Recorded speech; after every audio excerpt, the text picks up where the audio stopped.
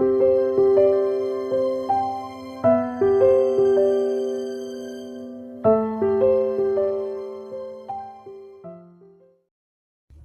လုံးမင်္ဂလာပါဗျာ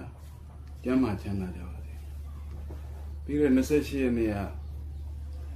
တောင်မြို့တောင်သမန်ဘိန်းမှာရှိတဲ့ဆရာတော်ကောင်းလေးကြီးရဲ့ကျောင်းရောက်ပါတယ်ရောက်တဲ့အကြောင်းရတော့ကျွန်တော်တို့ဗျာစာအုပ်မိတ်ဆက်ပွဲလေးတစ်ခုရှိတော့ပါဒီစာအုပ်လေးရဲ့ထူးခြားချက်ကတော့တခြားစာအုပ်တွေနဲ့မတူဘဲနဲ့စာအုပ်တန်ဖိုးဆိုတဲ့နေရာမှာကွက်လက်ထားပါတယ်ဆိုလိုတာကတော့ဗျာစာအုပ်ကသူ့ရဲ့နားလည်ရတာကတော့လေဗျာစာအုပ်ကသူ့ရဲ့စာအုပ်နဲ့သူ့ရဲ့ဗျာတွေကိုတန်ဖိုးဖြတ်မထားဘူးဆိုတဲ့သဘောလို့ကျွန်တော်တို့နားလည်ပါတယ်အဲ့တော့စာရေးတဲ့သူကနေထွက်နွယ်အမရဖြစ်ပြီးတော့ကြဗျာစာအုပ်လေးနာမည်ကတော့သနခါရနသင်းပြန်ပြပါကိုကြဗျာတရားပါဝင်ပါတယ်ကြဗျာဆရာကသူ့စာအုပ်ရွယ်စာအုပ်ထုတ်ဝေရခြင်းဒီကြဗျာတွေကိုရေးသားရခြင်းရဲ့ရည်ရွယ်ချက်ကိုပြောတဲ့နေရာမှာအမေကိုပူဇော်ခြင်းလို့ဖြစ်ပါတယ်နံပါတ်1ချက်နံပါတ်1ရည်ရွယ်ချက်ပေါ့လေရည်ရွယ်ချက်သူနှစ်ခုထားတယ်ပေါ့အဲ့ဒါတော့နံပါတ်1ရည်ရွယ်ချက်ကတော့အမေကိုပူဇော်ခြင်းလို့ဖြစ်ပါတယ်အဲ့တော့အမေကိုဒီစာအုပ်နဲ့ကြောလိုက်ပါတယ်ဒီလိုသူကပြောပါတယ်ဒုတိယတစ်ချက်ကတော့သူရေးထားသိမ်းထားတဲ့ကြဗျာတွေဟာအများကြီးရှိပါတယ်တဲ့အဲ့ဒီကြဗျာတွေကဲပြီးအသေးဥသွားခဲ့ရင်ဘယ်သူမှမဖတ်လိုက်ရပဲနဲ့ဘောတိကံချင်းလေးဖြစ်သွားမှာကိုဆိုရင်လည်းဒီအတွက်ကြောင့်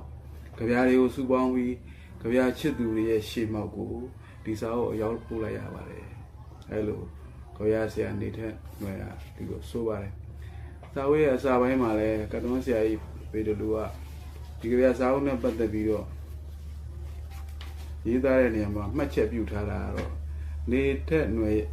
အမရရဲ့ကြဗျာတွေထဲမှာအမိပါကတနခါလေးတွေနဲ့သူအမေမျက်နှာလာပြုံကိုမြင်ရတယ်လို့ဆရာကြီးပေတလူကဆိုပါတယ်အဲ့တော့ဒီကြဗျာစာအုပ်မိတ်ဆက်ပွဲကိုဆရာနေထက်နေကစကိုင်းအင်းဝတရဦးတောင်မြို့မန္တလေးစတဲ့စာရေးဆရာဒေသအတော်များများမှာနေကြတဲ့စာရေးဆရာညီကိုမောင်နှမစာရေးဆရာဆရာမတွေကိုဖိတ်ကြားတဲ့ပွဲဖြစ်တဲ့အတွက်ကြောင့်အထူးပဲစီကားပါတယ်ဆရာတော်အောင်လေးကောင်းလေးဒီရဲ့တောင်တမန်ဘေးမှာရှိတဲ့ကျောင်းကြီးရလည်းကျယ်ဝန်းတဲ့အတွက်ကြောင့်ပြိတ္တစုံကြီးစုစီစီနဲ့မဓမ္မစီစီကားကျင်းပပြခဲ့တဲ့ပွဲလေးပါပဲဒီပွဲလေးမှာမုနိဒစကားပြောကြတဲ့လူတွေကတော့ဆရာပေတလူဆရာကတ်တွန်းပေတလူနောက်အမရပူရစာရေးဆရာအသင်းဥက္ကဋ္ဌဆရာပြဖြိုးတီ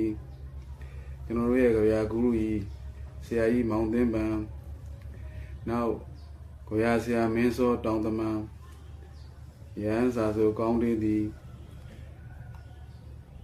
စာပေတင်းကိုရဲ့ဘက်ကန်ရှင်အောင်တွင်ငါတယောက်ကြဗျာဆရာမကြည်ပြာကြဗျာဆရာမြချူဝေဆရာစောနန်းမြေအောင်ဆရာမငိမ့်တဲ့စဉ်စသဖြင့်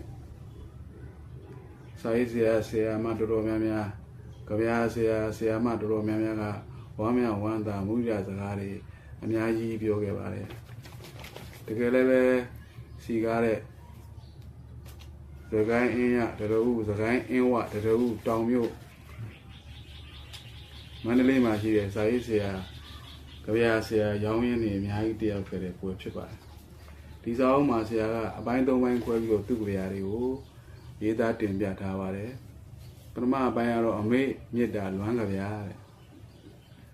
ဒုတိယအပိုင်းကတော့အချစ်ဥယျာဉ်စာသမင်ဒီလိုပိုင်းခွဲပါတယ်နောက်တတိယပိုင်းအနေနဲ့တော့လူမှုဘဝတသနာရဲ့လို့ဆရာအပိုင်း၃ပိုင်းခွဲပြီးတော့ကြဗျာတရားကိုဒီစာအုပ်မှာရေးထားတာပါအဲ့တော့နှစ်သက်မိတာကတော့ပထမပိုင်းဖြစ်တဲ့အမေမေတ္တာလွမ်းကြဗျာဆိုတဲ့အပိုင်းမှာကျွန်တော်နှစ်သက်မိတာကတော့အတွေးဆုံရေးမကုန်ဘူးဆိုတဲ့ ကြပြာလေးပါပဲ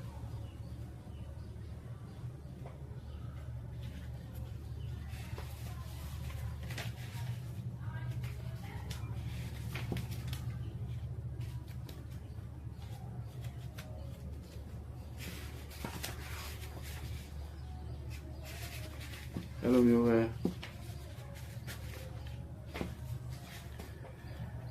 အမေမြစ်တာလွမ်းကြပြားထဲမှာနှစ်သက်မိရတော့အတွေးဆုံးဆုံးရေးမကုန်အမေရေးတဲ့ကြပြားအစသဖြင့်ကြပြားတွေအားလုံးကအတော်ကောင်းပါတယ်ရေးသားတဲ့ဖွင့်တွေတွေကလည်းပဲကြပြားစီကံနဲ့ညီညွတ်ကြတာခံစားချက်နဲ့ကိုက်ညီရတယ်များပါတယ်အခြေဥယျာဉ်စာသွင်းဆိုတဲ့နေရာမှာစုစုပေါင်း25ဘုတ်26 29ဘုတ်ပါဝင်ပါတယ်တတိယလူမှုဘဝဓာတ်သနာမှာတော့ကျွန်တော်တို့ရပုံ30လောက်ပါဝင်ပါတယ်။ဒါကြောင့်ဒီစာအုပ်ကလေးကိုဖတ်ကြည့်မယ်ဆိုလို့ရှိရင်ဆရာနေထွက်နယ်ကရည်ရွယ်ချက်ကောင်းကောင်းနဲ့ရေးသားသလိုကြပြားမှာတန်ဖိုးကိုငွေနဲ့မပိုင်းဖြတ်ပဲနဲ့သူ့ရဲ့စာပေမြန်နှုံးမှုတန်ဖိုးကြပြားမြန်နှုံးမှုတန်ဖိုးအမင်းမြတ်တာကိုဖော်ကျူးတဲ့တန်ဖိုးဒါရင်းနဲ့တန်ဖိုးဖြတ်တာဟာဒီကြပြားရဲ့ထူးခြားချက်ဖြစ်ပါတယ်ဒါမှအကြောင်းသိမယ်ဆိုလို့ရှိရင်ဒီကြပြားစာအုပ်ကလေးကိုဖတ်ရှုကြည့်ရဖြင့်မိမိတို့ကြပြားရဲ့ရတ္တာတွေကြပြားရဲ့လွှမ်းမိုးမှုတွေကြပြားကပေးတဲ့ခံစားချက်ကိုရရှိမှဖြစ်ကြောင်းကျွန်တော်ပြောကြားလိုပါတယ်စိတ်ရှိလက်ရှိနားထောင်ပေးတာကိုကျေးဇူးတင်ပါတယ်အကြောင်းသိတဲ့အခါကြပြားအကြောင်းစာအကြောင်းတွေပြောကြတာပါခင်ဗျာအားလုံးကျမ်းမှာချမ်းသာ